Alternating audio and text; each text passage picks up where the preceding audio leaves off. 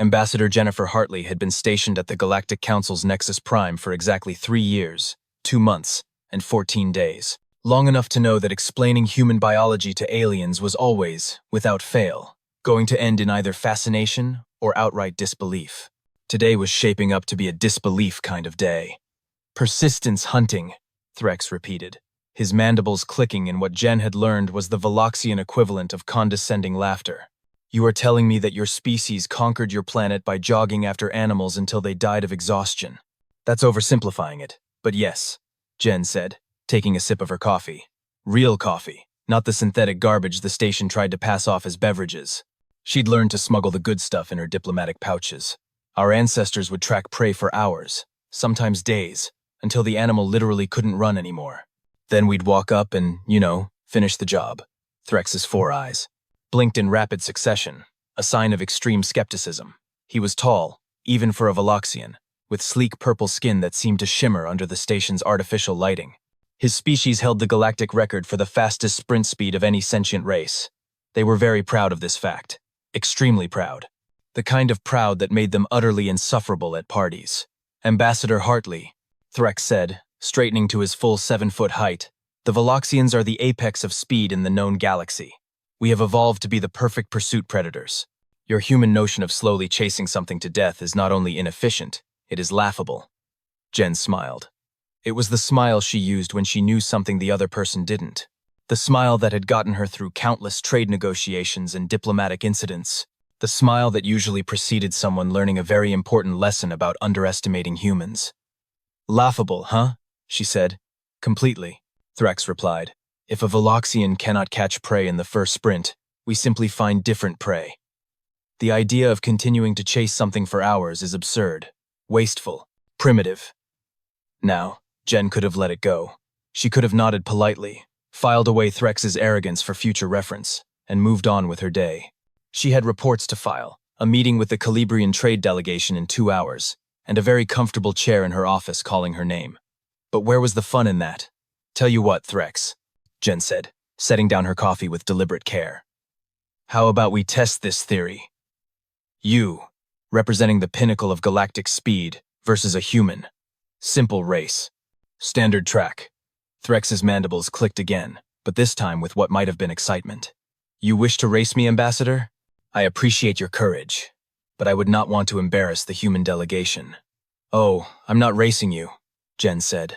I'm a diplomat, not an athlete. But I know a guy. She did know a guy. Several guys, actually. And women. Humans tended to get bored on space stations, and bored humans inevitably started exercise routines that baffled their alien counterparts. Just last week, she'd watched a maintenance tech named Rita run laps around the cargo bay for 90 minutes straight, while a group of Zorfians stared in horror. Then we have an agreement, Threx said, extending one of his long, spindly arms. When I defeat your human champion, perhaps your species will stop spreading these ridiculous stories about your so-called evolutionary advantages. Jen shook his hand. Or claw. Or whatever Veloxians had. And when my guy wins, you admit that humans might know a thing or two about endurance. Agreed, Threx said. Though I assure you, Ambassador, this will be the shortest demonstration in Galactic Council history. Jen picked up her coffee again, hiding her grin behind the mug. Oh, this was going to be good. This was going to be very, very good. She just needed to make one quick call to the human quarters and find Danny Torres. That man had run a marathon on Earth, gotten bored, and then run another one the same day just to see if he could. If anyone was going to traumatize an overconfident alien into respecting human biology, it was Danny. Threx was already walking away, his movements graceful and predatory, probably already planning his victory speech. Jen took another sip of coffee. 3 years, 2 months, and 14 days on this station, and she was finally going to get some proper entertainment. Word spread through Nexus Prime Station with the kind of speed that would have made Threx proud. By the time Jen made it to the main athletic complex, there was already a crowd forming.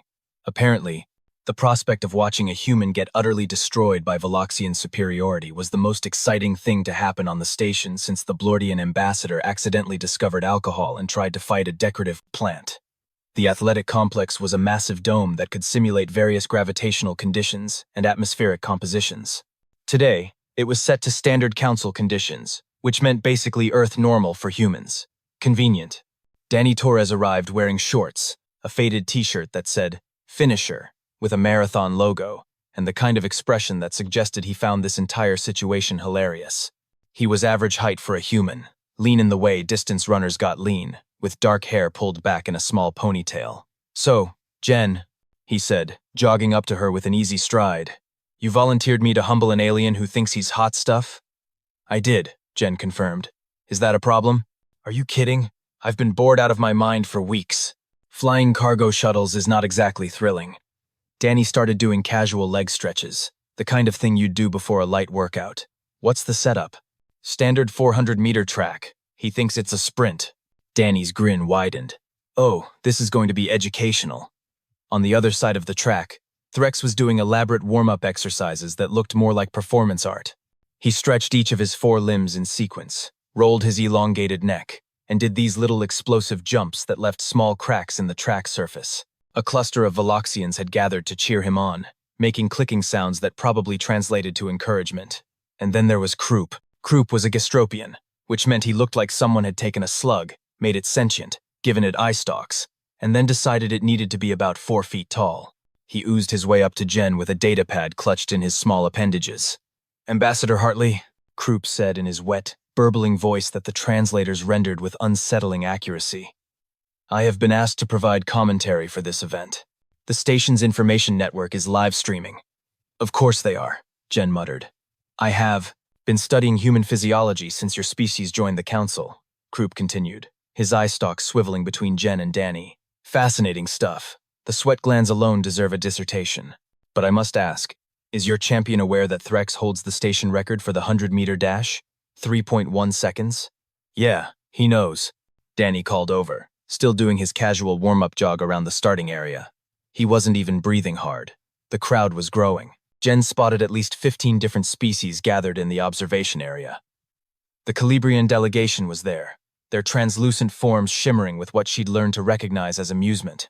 A group of Horthak engineers had stopped their work to watch. Even Ambassador Kellix, the notoriously grumpy Zentari representative, had shown up. And the betting was intense. Aliens were exchanging credit chips, data storage, exotic foods, and in one case, what appeared to be a small potted 9 plant. Every single bet was on Threx. "Should I be offended that literally nobody is betting on me?" Danny asked, jogging past Jen. "Consider it an opportunity," Jen said. "Also, I put 50 credits on you. That's my girl." Croup oozed up to the center of the track, where a hovering camera drone bobbed into position. "Beings of the Nexus Prime Station," he announced, his voice being broadcast through the complex's sound system. "We are gathered here today to witness a contest of speed between Threx of Veloxia and Danny Torres of Earth. The course is 400 meters, 1 complete lap of the standard track." Threx strode to the starting line, his movements predatory and confident. He dropped into a runner's stance that looked like something between a sprinter's crouch and a hunting cat about to pounce. Danny walked to the line, did one more casual leg stretch, and settled into a relaxed starting position. He looked like someone waiting for a bus, not someone about to race the fastest species in the galaxy. "Competitors ready," Croup announced, 1 eye stalk on each racer. "On my mark. 3, 2, 1. Begin." And that's when things got interesting. Threx exploded off the starting line like he'd been fired from a railgun. And that wasn't an exaggeration. The Veloxian moved so fast that he actually left a brief shimmer in the air behind him, his 4 limbs working in perfect synchronized motion. The sound of his feet hitting the track was like a rapid drum beat, so quick it almost blurred into a continuous hum. 3.1 seconds for 100 meters wasn't just fast. It was blink and miss it fast. It was, did that actually just happen, fast. The alien crowd erupted into cheers and clicks, and whatever sounds their various species made when excited. Danny, meanwhile, started jogging, not sprinting, not even running particularly hard, just jogging. The kind of pace you'd use for a warm-up or a cool-down or maybe a nice Sunday morning run through a park. His breathing was steady, his stride relaxed, his arms pumping in an easy rhythm. "And Threx takes in commanding early lead," Croup announced, his eye stalks swiveling to track the Veloxian's blur of motion. "He has already covered 50 meters while Torres is just beginning to build speed." "Wait, no. Torres is not building speed. Torres is maintaining what appears to be a very moderate pace." Jen stood at the side of the track with her arms crossed, and a smile playing at the corners of her mouth. This was going exactly as she'd expected. By the time Danny had covered maybe 30 meters, Threx had already rounded the first curve. He was quite literally a purple blur against the white track surface. The Veloxians in the crowd were making triumphant clicking sounds. Someone had already started what might have been a victory chant. Threx is approaching the 100-meter mark at unprecedented speed, Krupp continued, his voice taking on the enthusiasm of a sports commentator who'd found his calling. This is, without question, one of the most dominant performances I have witnessed in my tenure as station communications officer and accidental sports broadcaster. Torres is, and I must be objective here, barely moving by comparison. Danny kept jogging. His face was calm, almost serene. He looked like a man who knew something everyone else was about to learn the hard way. 150 meters. Threx was still moving at breakneck speed, his form perfect, his movements economical despite the explosive power. He was approaching the halfway point of the track, and Danny had barely made it through the first curve. "This is not even close," one of the Calibrian observers said, their translucent form rippling with what might have been secondhand embarrassment. "Why did the human agree to this?" "Maybe they don't understand how racing works," a Horthak engineer suggested. Jen just kept smiling. 200 meters. Threx was past the halfway point now, and something changed. It was subtle at first, almost imperceptible. His stride wasn't quite as explosive. The drumbeat of his feet hitting the track had slowed just a fraction. Not enough to be obvious, but enough that someone paying attention might notice. Jen was paying attention. "Interesting development," Krupp announced, his eye stalks focusing more intently on Threx. "The Veloxian champion appears to be, and forgive my perhaps premature observation, slowing down. Only slightly, mind you. He is still moving at speeds that would make most species dizzy to watch." Danny completed his first turn and headed into the straightaway. He still looked like he was out for a pleasant jog. His breathing was even. His form hadn't changed. He looked like he could do this for hours. Because, Jen knew, he absolutely could. 220 meters. Threx's speed had dropped noticeably now. The blur effect was gone. You could actually see his individual limbs moving instead of just a purple streak. His breathing, which had been controlled and steady, was becoming labored. Small gasps escaped his mandibles. The alien crowd's cheering was becoming confused. "Uncertain. Threx is definitely slowing," Krupp said, his commentary taking on a note of genuine bewilderment. "He is still in the lead by a considerable margin, but his pace has decreased by what my sensors indicate is approximately 40%. Torres, however, has not changed speed at all. His pace is exactly the same as when he started. Exactly. The same. 250 meters. Threx was visibly struggling now. His graceful, predatory movements had become labored. His four limbs weren't working in perfect synchronization anymore. One of them seemed to be dragging slightly. Danny rounded the second curve, still maintaining his steady, almost meditative pace. He looked like he was thinking about what to have for dinner later. "This is highly unusual," Krupp continued, his eye stalks practically vibrating with confusion. "Threx has covered over 60% of the course in approximately 25 seconds, which is extraordinary by any measure. However, he appears to be in some form of distress. His breathing is erratic. His movement efficiency has decreased significantly. Meanwhile, Torres continues to jog as if this is not a race, but rather a leisurely recreational activity." The Veloxians in the crowd had stopped their victory clicking. They were watching Threx with what might have been concern. 300 meters, 30 seconds total since the race began. And that's when Threx's legs started to wobble. Threx made it exactly 3 more steps before his front left leg buckled. It wasn't a graceful stumble. It wasn't a dignified loss of balance. It was a full-on collapse that would have been comical if it wasn't so spectacular. The Veloxian's legs went out from under him like someone had cut the power to a machine, and he hit the track surface with a sound that echoed through the entire complex. A sound somewhere between a crash and a wheeze and what Jen would later describe as the noise defeat makes. He slid forward another meter or two from pure momentum, his sleek purple body scraping along the track, before finally coming to a complete stop at roughly the 305-meter mark. For a moment, the entire complex was silent. Completely, utterly silent. Then Danny jogged past. He didn't speed up, didn't slow down, didn't even look particularly concerned. He just maintained his steady, boring, absolutely infuriating pace and ran right past the collapsed alien dignitary. As he passed, he gave a casual little wave, the kind you'd give a neighbor while passing their house on a morning run. "Hi, Threx," Danny called out pleasantly. "Nice sprint. Really impressive form for the first bit there. And then he just kept going. The alien crowd was frozen in stunned disbelief. Mandibles hung open. Eye stalks drooped. One of the Calibrian observers literally lost cohesion for a second, their translucent form rippling like disturbed water. Krupp's eye stalks were extended to their absolute maximum length, staring at the scene with what could only be described as existential shock. He started, his voice barely a whisper through the sound system. I do not. That is, what just... He couldn't even finish a sentence. The medical team, a mixed group of species trained to handle various biological emergencies, rushed onto the track with a hover stretcher. They reached Threx, who was lying flat on his back, his 4 limbs splayed out in different directions, his chest heaving with desperate, gasping breaths. Can't. Threx wheezed. Can't breathe. Legs. Legs are fire. Everything is fire. He's experiencing complete muscular failure, one of the medics announced, running a scanner over Threx's body. His fast-twitch muscle fibers have been completely depleted of energy. Lactic acid buildup is off the charts. He's going to be fine, but he'll need at least 6 hours of recovery, and probably some very aggressive massage therapy. Danny completed the first full lap, cruising past the starting line where Jen was standing. He wasn't even breathing hard, maybe slightly elevated respiration, but nothing dramatic. Should I keep going? He called over. Absolutely, Jen called back. So Danny started his second lap. Still jogging, still looking like this was the easiest thing he'd done all week.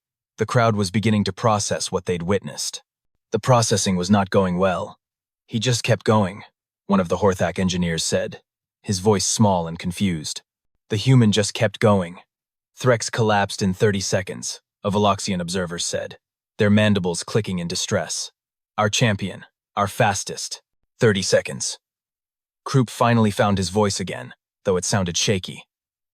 Ladies, gentlemen, and beings of indeterminate gender classification, we have just witnessed something that I believe will be studied for years to come. Threx of Veloxia, the holder of multiple speed records, has collapsed at the 305-meter mark after approximately 32 seconds of maximum effort. Meanwhile, Danny Torres of Earth has completed 1 full lap and is continuing at the exact same pace he started with. His vital signs, according to my sensors, indicate he is barely exerting himself. The medical team loaded Threx onto the hover stretcher. The Veloxian's eyes were half closed, his breathing still labored. As they lifted him up, he managed to turn his head to watch Danny jog past for the second time. How? Threx gasped. How is he still moving?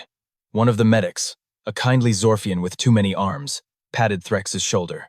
Humans are different, champion. Very, very different. Danny completed his second lap, then his third. By the 4th lap, he finally picked up the pace a little, transitioning from a jog to an actual run. Not a sprint, just a run.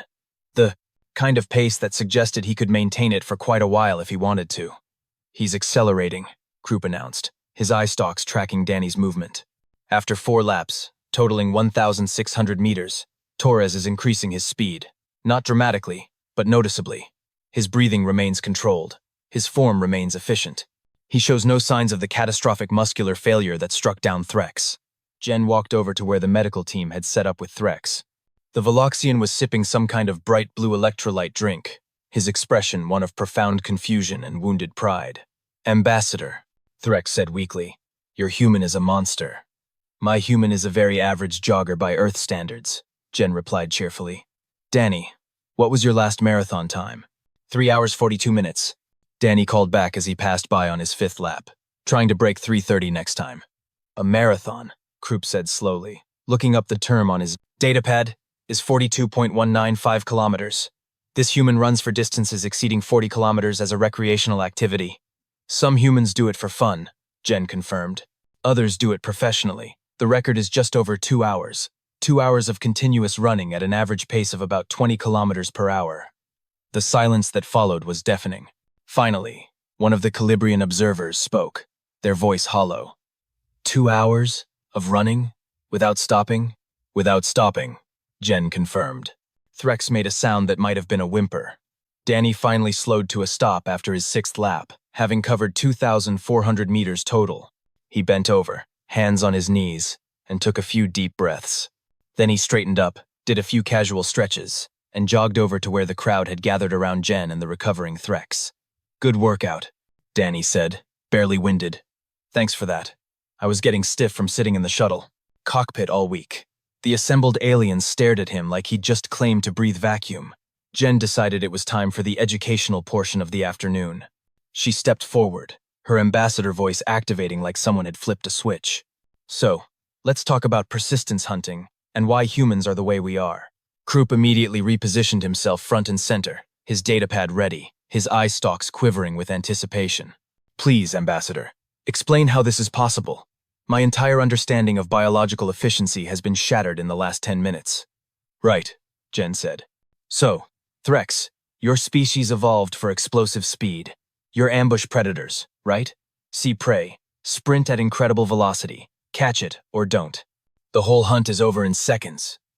Threx nodded weakly from his hover stretcher. This is the logical way to hunt. Efficient. Clean. Except on Earth, that didn't work for humans, Jen continued. We evolved on African savannas where prey animals could also sprint really fast. Faster than us, actually. So our ancestors developed a different strategy. We didn't try to outrun our prey in a sprint. We just outlasted them. But how? One of the Horthak engineers asked. The energy expenditure alone should be prohibitive. 3 things, Jen said, holding up fingers. First, we're bipedal.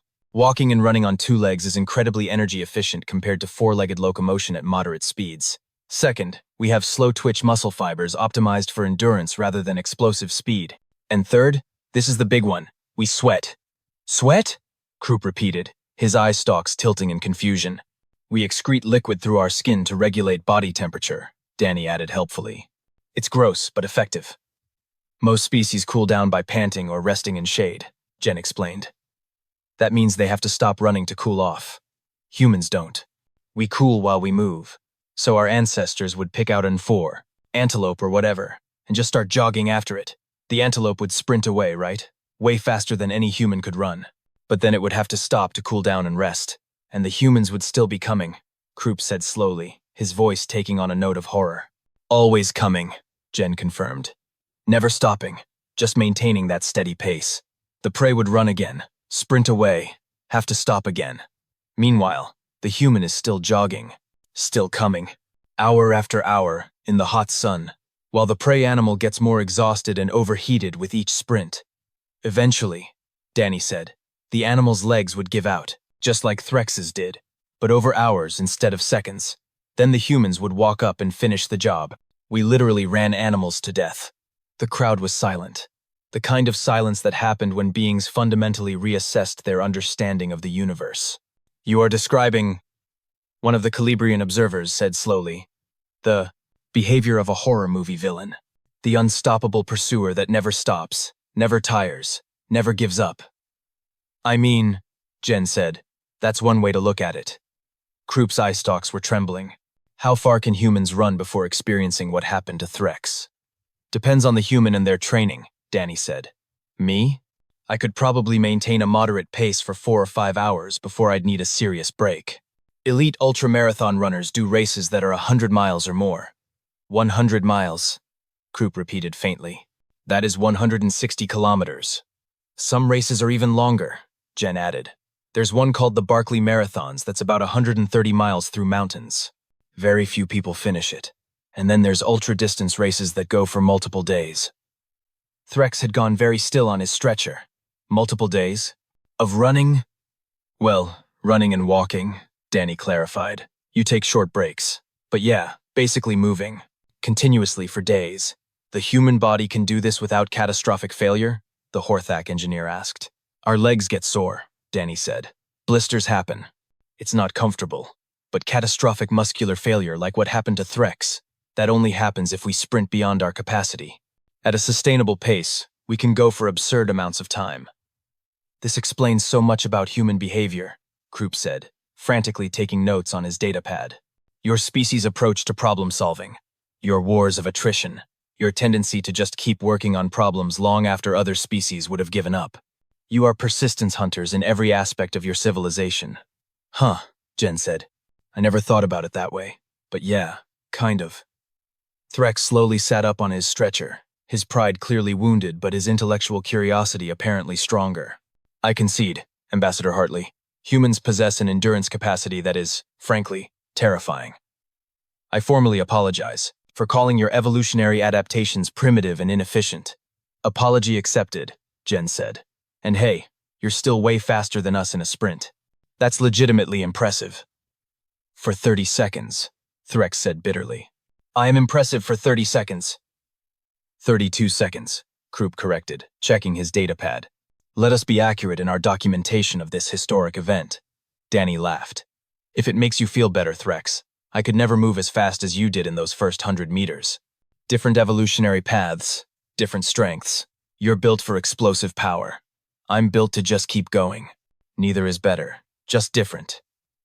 You are being far too gracious for someone who just humiliated me in front of the entire station, Threx muttered, but there was a hint of amusement in his clicking mandibles. The video of Threx's spectacular collapse and Danny's casual victory jog spread through the Galactic Council's communication networks like wildfire.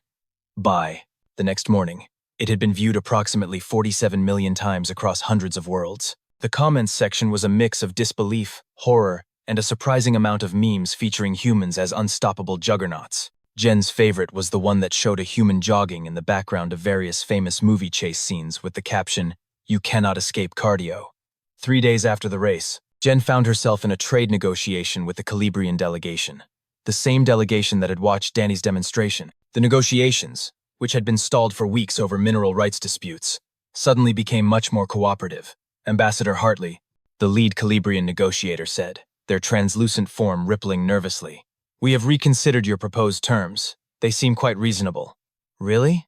Jen said, keeping her expression neutral. Because last week you called them outrageously unfavorable. Yes. Well, the negotiator said, we have gained a new appreciation for human tenacity. We would prefer not to engage in a prolonged dispute with a species that invented marathon running. Jen smiled. I'm glad we could reach an understanding. The negotiations concluded in under an hour. Jen got everything she'd asked for and a few concessions she hadn't even requested. As she left the conference room, she made a mental note to send Danny a fruit basket or something. Krupp had become something of a local celebrity. His commentary during the race had been remixed, analyzed, and turned into what humans would call a viral sensation. He'd started a blog called Human Biology, a gastropian's perspective that was gaining serious readership across the station and beyond. His latest post, titled Why You Should Never Challenge Humans to Endurance Anything, had become required reading for new diplomatic arrivals. Jen found him in the station's cafeteria, surrounded by a group of younger aliens who were hanging on his every word. And then, Krupp was saying, his eye stalks gesturing dramatically. Torres just waved at him. Waved, as if collapsing in exhaustion was a perfectly normal thing to witness. Because for humans, it apparently is. They call it hitting the wall and consider it a minor inconvenience rather than a medical emergency. Krupp, Jen said, approaching the table, you're going to give these kids nightmares. Ambassador Hartley. Krupp's eye stalks swiveled toward her. I was just explaining human exercise culture. Did you know some humans deliberately deprive themselves of oxygen while running at high altitude for training purposes? I did know that, yes.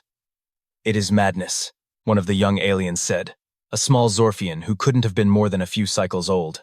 Wonderful, terrifying madness. Jen grabbed her lunch and sat down. So, I hear you've become the station's expert on human physiology. Someone must document these things, Krupp said earnestly. I have already begun work on a comprehensive guide to human capabilities. Chapter 3 covers your ability to survive injuries that would kill most species. Chapter 7 discusses your apparently recreational consumption of capsaicin despite it being a literal poison designed to deter consumption. That's hot peppers, Jen translated for the confused young. Aliens. We eat them for fun. The Zorfian's multiple eyes widened. Why? Because they taste good and make our mouths feel tingly. This species, Krupp said, making notes, is fascinating and concerning in equal measure. Danny had become something of a minor celebrity himself. He couldn't walk through the station corridors without aliens stopping to stare or ask questions. Most of them kept a respectful distance, though, as if getting too close to a persistence predator might trigger some kind of instinctual chase response. Jen found him in the pilot's lounge, a week after the race, surrounded by a group of human crew members who were Fangin, apparently using the incident as leverage. I'm just saying, a mechanic named Rodriguez was telling a nervous-looking Blordian supervisor. If you want this maintenance cycle done faster, maybe approve our request for better equipment? Because we humans, well, we're persistent. We could take our time with this. Months, maybe. Just keep showing up, day after day, never giving up, never stopping. The Blorchin supervisor made a squeaking sound. The equipment will be approved by end of day. Appreciate it, Rodriguez said cheerfully. Danny spotted Jen and waved her over. Hey, Ambassador, you created a monster. The whole human contingent has figured out that we can use our terrifying reputation for leverage. I noticed, Jen said. The Horthak engineering chief approved a vacation request that had been pending for 6 months after someone mentioned humans could be very persistent about time-off requests. Beautiful, Danny said. I'm getting free drinks at 3 different bars. Apparently, bartenders don't want to risk humans persistently asking for beverages. We're not actually threatening anyone, right? Jen asked, because there were rules about diplomatic conduct. Nah, Danny said. We're just implying that we have the capacity to be mildly annoying for extended periods. Which is technically true. Threx, to his credit, had taken the loss with grace once he recovered. He'd actually sought out Jen to continue their conversation about evolutionary biology.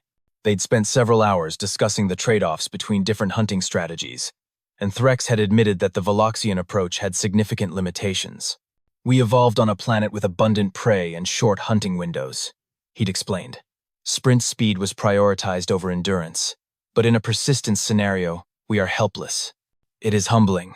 Every species has strengths and weaknesses, Jen had said. Humans just happen to have weaponized stubbornness. Now, 2 weeks. After the race, Jen was back in her office, reviewing reports and enjoying her real coffee.